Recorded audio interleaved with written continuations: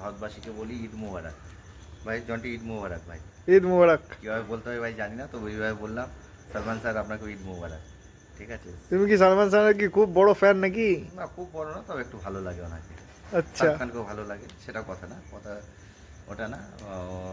ঈদে আনন্দ একদম সবাই একসঙ্গে করি, এটাই ভালো হবে, কি বলো, হুম। তাই তো? ব্যাপার হচ্ছে আজকে তো ঈদ তোমার, সুরেন্দ্র স্যার এসেছেন বুঝেছো, এখানে রয়েছে এখনও। তো আপনাকে বলি, আপনি একটু যদি এই ভিডিওটা যদি আপনার কাছে সময় মতন যদি পৌঁছে যায় না,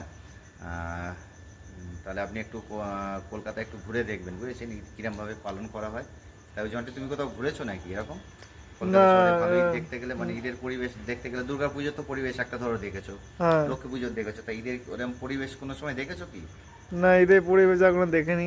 তা দেখতে পাবে না, ঘরে যদি বসে থাকো তুমি দেখতে পাবে না। তুমি এখানে ঘরে বসে রয়েছো, আর উনি ওখান থেকে, কোথা থেকে বলো তো, মেদিনীপুর থেকে এখানে কলকাতায় চলে এসেছে। বাল চিনতে এসে না কি সে জানি না উনি কী করতে এসছে, উনি লাড্ডু খাওয়াতে এসছে। আপনি একটা একটা কথা বলি স্যার, আপনাকে রাগ করবেন না, এটা আমি প্রধানমন্ত্রী স্যারকেও জানাবো। কথা সেটা না, কথা হচ্ছে আপনি যে লাড্ডু খাওয়াচ্ছেন ভালো কথা, এই যে লাড্ডুগুলো যে রান্না হচ্ছে তার জন্য তো গ্যাস লাগছে জন্টি, হুম। গ্যাস লাগছে তো অবশ্যই। এই গ্যাসগুলো যদি, এই লাড্ডু মানুষকে না খাইয়ে যদি গ্যাসগুলো যদি কোনো হাসপাতালে বা স্কুলে যদি গ্যাসগুলো পাঠানো হয়, মনে হয় ভালো হয়, এটা তাই ঠিক না? বলেছে, এটা ঠিক কথা একদম। লাড্ডুকে বেকার সুগার বাড়বে, হুম। ঠিক আছে, সেই চেয়ারে ভেঙে যাবে। আপনি লাড্ডু খাওয়ানো বন্ধ করে দিন, কালকে বলেছিলাম খাওয়াতে, আজকে আপনি খাওয়ানো বন্ধ করে দিন। করে ওই গ্যাসগুলো যেগুলো থাকবে মিষ্টির দোকানগুলোকে বলুন আপনি, ওগুলো হাসপাতাল আর আপনার শিক্ষায় ওইগুলোতে দিতে, বাচ্চাগুলোও খেতে পারবে, হাসপাতালে রুগীরাও খাওয়ার পাবে। বেকার আপনি লাড্ডু খাইয়ে লাভ নেই, আপনি চলে যান, বরঞ্চ আপনাকে আগেও বলেছি, আপনি বেকার রয়েছেন এখানে, চলে যান।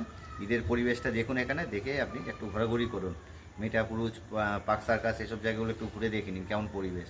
দেখে আপনি আবার বাড়ির সামনে চলে যান, গিয়ে নিজের বাড়ির সামনে একটা গেট তৈরি করুন। আমরা যখন দীঘায় যাবো, যে দেখতে পাবো যে শুভেন্দু স্যারের বাড়ি এই গলির ভেতরে। কী বলো জন্টি? হুম। ঠিক আছে, তোমার মুখটা কি দেখাবে আজকে নাকি ঈদের ঈদের না, দিন দেখাবে? আমার মুখ দেখে কি হবে? না একটু দেখো, দেখো না, সবাই। দরকার নেই। ঈদ মোবারক। ঈদ মোবারক সবাইকে। একদম। ফেসবুকে সব বন্ধুদেরকে ঈদ মোবারক। আর একটু চ্যানেলটাকে একটু ফলো, লাইক করে দিন। পাশে থাকো, ভালো থাকো, সুস্থ থাকো। একদম।